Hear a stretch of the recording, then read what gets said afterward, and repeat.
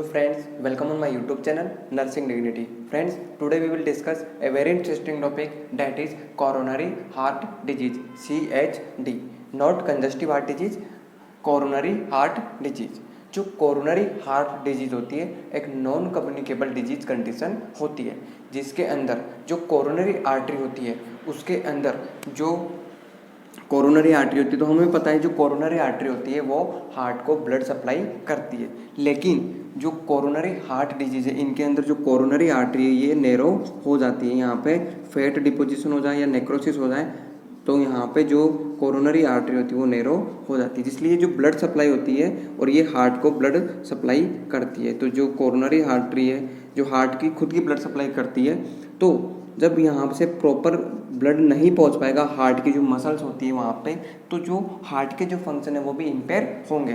तो जो coronary artery होती है इसके कारण जो नैरोइंग हो जाती है कोरोनरी आर्टरी के अंदर, और जो नेक्रोसिस होगा जिसके कारण जो ब्लड सप्लाई होती है वो कम होगी, और यदि ब्लड सप्लाई कम होगी तो जो कार्डियक फंक्शनिंग है उसको इम्पेयर कर देती है, जो लीड करती है बहुत सी डिजीज कंडीशन को। जो हार्ट प्रॉब्लम होती है, जो इन्फाक्शन होता है, हार्ट फेलियर होता है, इन सभी को लीड करती है, क्योंकि इसके अंदर ब्लड सप्लाई नहीं पहुंच पाती। जो हार्ट को प्रॉपर ब्लड सप्लाई नीडेड होती है वो प्रॉपर नहीं पहुंच पाती है। तो इस कंडीशन को हम बोलते हैं कोरोनरी हार्ट डिजीज। अब बात करते हैं कि ये जो डिजीज कंडीशन है इसके कौन कौन से रिस्क फैक्टर्स हैं, या फिर इसके एजेंट की हम बात करें तो इसमें रिस्क फैक्टर्स इंक्लूड किए जाते हैं। तो जो रिस्क फैक्टर है जिनके कारण ये डिजीज होती है, तो रिस्क फैक्टर में हम बात करेंगे मेनली दो टाइप के risk factor. First one is modifiable risk factor and second one is the non modifiable risk factor. First one is the modifiable risk factor, यानी ऐसे रिस्क फैक्टर जिन्हें हम मॉडिफाई करके इस डिजीज से प्रिवेंट कर सकते हैं। तो जो मॉडिफाइबल रिस्क फैक्टर है उनमें सबसे पहले इंक्लूड होता है हाई ब्लड कोलेस्ट्रॉल। जो कोलेस्ट्रॉल होता है और जो ब्लड के अंदर कोलेस्ट्रॉल होता है, यदि वो अपने नॉर्मल अमाउंट से ज़्यादा है तो जो कैपिलरीज होती है इनके अंदर जो कोलेस्ट्रॉल होता है, जो फैट होता है, उसका डिपोजिशन स्टार्ट हो जाता है। जब ये कोरोनरी आर्टरी है मान लो, तो इसके अंदर जब धीरे धीरे कोलेस्ट्रॉल का एक्यूमुलेशन होना स्टार्ट हो जाएगा, तो जो ब्लड सप्लाई जा रही है हार्ट को वो इसकी इम्पेयर हो जाएगी, तो ये कार्डियक फंक्शनिंग को इम्पेयर करेगी। तो first one risk factor is the heart high blood cholesterol. Second one is the smoking and alcohol. यदि कोई पर्सन स्मोकिंग कर रहा है या अल्कोहल यूज करता है तो उसके अंदर भी जो कोरोनरी हार्ट डिजीज है उनके होने के चांसेस ज़्यादा बढ़ जाते हैं। Third one is hypertension. Last video में हमने हाइपरटेंशन के बारे में डिस्कस किया था कि जो ब्लड प्रेशर होता है वो इंक्रीज हो जाए इसकी नॉर्मल वैल्यू से, इस कंडीशन को बोलते हैं हम हाइपरटेंशन। तो जब हाइपरटेंशन होगा तो ये कंडीशन भी जो कोरोनरी हार्ट डिजीज है इसको लीड करती है। अब बात करते हैं ओबेसिटी। जो ओबेसिटी होती है मोस्टली जितनी भी कार्डियक प्रॉब्लम होती है उनके अंदर एक रिस्क फैक्टर होता है, क्योंकि जो ओबेसिटी होगी तो ओबेस पर्सन होगा उसके अंदर जो कोलेस्ट्रॉल होगा इसका लेवल ज़्यादा होगा, तो जो आर्टरी हो उनकी थिकनिंग हो जाती है, जिसके कारण जो ब्लड सप्लाई वो इम्पेयर हो जाती है। यहाँ पे कोलेस्ट्रॉल या फैट का डिपोजिशन स्टार्ट हो जाता है, इसलिए ये जो ओबेसिटी है वो भी कोरोनरी हार्ट डिजीज को कॉज करती है। And last one is physical activity. यदि कोई पर्सन सेडेंटरी लाइफ स्टाइल है, यदि उसकी जो फिजिकल एक्टिविटी है वो बहुत कम है, तो उस पर्सन के अंदर ओबेसिटी डेवलप हो सकती है, कोलेस्ट्रॉल लेवल बढ़ेगा, फैट लेवल बढ़ेगा, तो ये भी लीड करेगा कोरोनरी हार्ट डिजीज को। सेम यही कंडीशन इसके अंदर अराइज होती है। तो ये थे मॉडिफाइबल रिस्क फैक्टर, यानी ऐसे रिस्क फैक्टर जिन्हें हम मॉडिफाई कर सकते हैं, इनके अंदर हम चेंज करके इस डिजीज कंडीशन से प्रिवेंट कर सकते हैं। अब बात करते हैं कुछ नॉन मॉडिफाइबल रिस्क फैक्टर्स के बारे में, मतलब ऐसे फैक्टर्स जो हम मॉडिफाई नहीं कर सकते, they are non modifiable. First one is the family history. यदि कोई डिजीज कंडीशन है लाइक कोरोनरी हार्ट डिजीज है, तो यदि किसी फैमिली के अंदर ये जेनेटिकली है तो चांसेस होते हैं कि जो उनकी दूसरी जो फैमिली होती है, जो पीढ़ी होती है, उनके अंदर ये ट्रांसमिट हो जाती है, तो इसे बोलते हैं फैमिली हिस्ट्री। तो फैमिली हिस्ट्री में इंक्लूड होता है कोरोनरी आर्टरी डिजीज, जिसके अंदर यदि कोई पेशेंट है उसकी फैमिली हिस्ट्री, उसके जो पेरेंट्स हैं, उसके ग्रैंड पेरेंट्स, यदि उनके अंदर ये डिजीज कंडीशन थी तो उनमें भी होने के चांसेस ज़्यादा होते हैं। जो एज होता है, एज ग्रुप होता है, तो जैसे जैसे एज ग्रुप ज़्यादा होता जाता है वैसे वैसे जो कोरोनरी हार्ट डिजीज कंडीशन है वो होने के चांसेस ज़्यादा बढ़ जाते हैं, क्योंकि जैसे जैसे एज ग्रुप इंक्रीज होता है हाइपरटेंशन होने के चांसेस बढ़ते जाते हैं, और हाइपरटेंशन होगा तो ये लीड करेगा कोरोनरी हार्ट डिजीज को। थर्ड वन इज जेंडर, जो मेल्स होते हैं इनके अंदर जो कोरोनरी हार्ट डिजीज है इसके होने के चांसेस ज़्यादा होते हैं as compare to females. And last one is the race.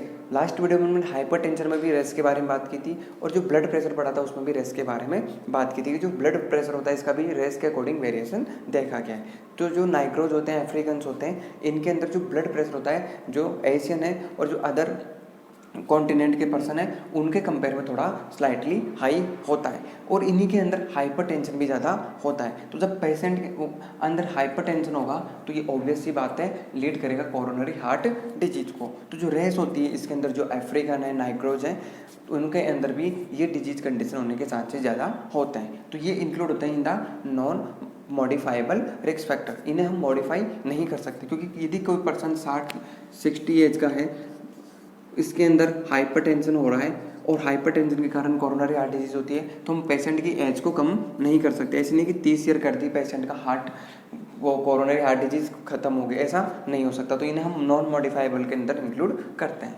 तो ये था definition and risk factor of the coronary heart disease. अब बात करते हैं sign and symptom of the coronary heart disease, कि ये जो डिजीज कंडीशन है इसके हमें क्या क्या साइन एंड सिम्टम देखने को मिलते हैं। तो जो कोरोनरी हार्ट डिजीज है इसमें पेशेंट के अंदर चेस्ट पेन स्टार्ट हो जाता है, क्योंकि मैंने आपको बताया कि जो कोरोनरी आर्टरी होती है जो हार्ट को ब्लड सप्लाई करती है, तो हार्ट की खुद की ब्लड सप्लाई होती है बाय द कोरोनरी आर्टरी। उनके अंदर जो नैरोइंग हो जाएगी तो ब्लड सप्लाई इम्पेयर हो जाएगी, तो जो कार्डियक मसल है उनको प्रॉपर अमाउंट में ब्लड सप्लाई नहीं हो पाएगा। इस कारण से पेशेंट को चेस्ट पेन होगा, और इस चेस्ट पेन वाली कंडीशन को हम बोलते हैं, यदि चेस्ट पेन सीवियर हो जाता है तो इस कंडीशन को हम बोलते हैं एंजाइना पैक्टोरिस। जो एंजाइना पैक्टोरिस है ये कंडीशन पेशेंट के अंदर डेवलप हो जाएगी, तो जो पेशेंट है उसके अंदर चेस्ट पेन होगा। Second one is myocardial infarction. मैंने आपको बताया कि जो मायोकार्डियम लेयर होती है उसके अंदर जब ब्लड सप्लाई प्रॉपर नहीं जाएगी तो इस्कीमिया होगा, इस्कीमिया होगा तो नेक्रोसिस होगा, क्योंकि ब्लड सप्लाई प्रॉपर नहीं पहुंच पा रही है। तो ये कंडीशन लीड करेगी मायोकार्डियल इन्फार्क्शन, जिसे हम बोलते हैं हार्ट फेलियर या heart attack. And third one is diaphoresis. Diaphoresis का मतलब होता है एक्सेसिव स्वेटिंग। जो पेशेंट है उसके अंदर हमें देखने को मिलेगा excessive sweating. And fourth one is dyspnea. Dyspnea एक ऐसी कंडीशन है, क्योंकि हमने बात की चेस्ट पेन पेशेंट के अंदर हो रहा है तो पेशेंट के अंदर जो ब्रीदिंग डिफिकल्टी वो भी अराइज हो जाएगी, पेशेंट प्रॉपरली ब्रीदिंग नहीं कर पाएगा।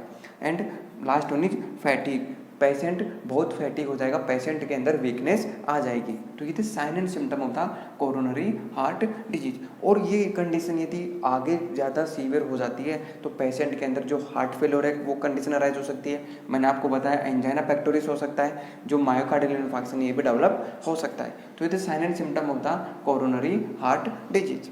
अब बात करते हैं diagnostic evaluation of the coronary heart disease. मतलब ऐसे कौन कौन से मेथड है या कौन कौन से डायग्नोसिस हैं जिनके थ्रू हम डिटेक्ट कर सकते हैं और बोल सकते हैं कि dead person is suffering from the coronary heart disease और नॉट।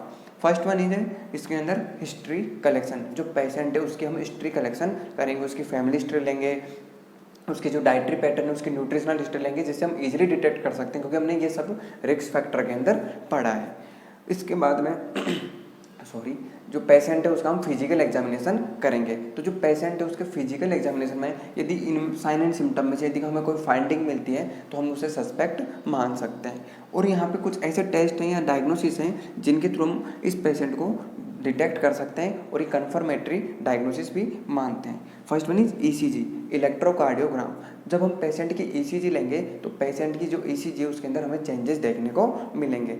ईसीजी की तरह एक होता है इकोकार्डियोग्राम, जो 2D इमेजनरी वो एग्जामिनेशन करते हैं, इसके अंदर इकोकार्डियोग्राफ किया जाता है। इससे भी हम पेशेंट के अंदर जो हार्ट की जो ब्लड सप्लाई वगैरह है उनका पता लगा सकते हैं।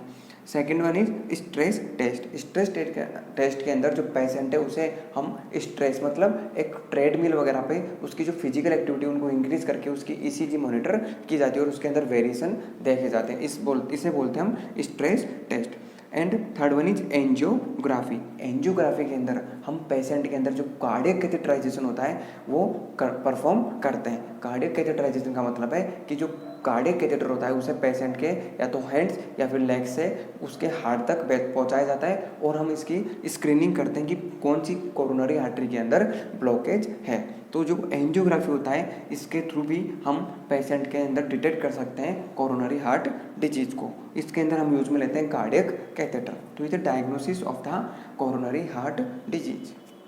अब हम बात करते हैं prevention and control strategy and management of the coronary heart disease. First हम बात करते हैं प्रिवेंशन एंड कंट्रोल, कैसे कौन कौन से मेजर्स हैं जिनका यूज करके हम जो कोरोनरी हार्ट डिजीज है इनसे प्रिवेंट कर सकते हैं। तो हमने जो रिस्क फैक्टर के अंदर जो बात की थी, यदि हम उन जो मॉडिफाइबल रिस्क फैक्टर हैं उन्हें यदि हम रिड्यूस कर देंगे तो हम इजीली पेशेंट को प्रिवेंट कर सकते हैं। तो जो प्रिवेंशन एंड कंट्रोल स्ट्रेटेजी इसमें first one is diet modification. जो पेशेंट है उसे यदि हम लो कोलेस्ट्रॉल या लो फैट डाइट देंगे तो उसके अंदर जो फैट डिपोजिशन है, जो उसकी कैपिलरीज है उनके अंदर फैट डिपोजिशन कम हो जाएगा और पेशेंट के अंदर कोरोनरी हार्ट डिजीज प्रॉब्लम होने के चांसेस बहुत कम हो जाएंगे।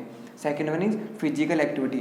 जो पेशेंट है यदि लैक ऑफ एक्सरसाइज कर रहा था जिसके कारण उसकी बॉडी के अंदर फैट एक्यूमुलेट हो रहा था, हाइपरटेंशन हो रहा था, तो यदि पर्सन प्रॉपर एक्सरसाइज करेगा तो उसके अंदर जो फैट डिपोजिशन है वो भी रिड्यूस हो जाएगा। तो इससे हम इजीली पेशेंट को प्रिवेंट कर सकते हैं।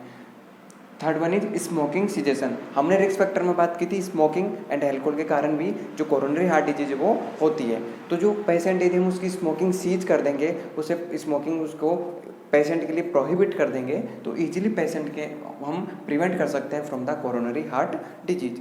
नाउ हम बात करेंगे management of the coronary heart disease कि जो कोरोनरी हार्ट डिजीज का मैनेजमेंट क्या होता है। तो हम मैनेजमेंट में बात करते हैं एंटी एंजाइनल ड्रग्स, क्योंकि हमने बात की है कि जो पेशेंट है उसके अंदर एंजाइना हो रहा था, मतलब चेस्ट पेन हो रहा था, तो हम पेशेंट को एंटी एंजाइनल ड्रग्स एडमिनिस्टर करते हैं लाइक नाइट्रोग्लिसरीन।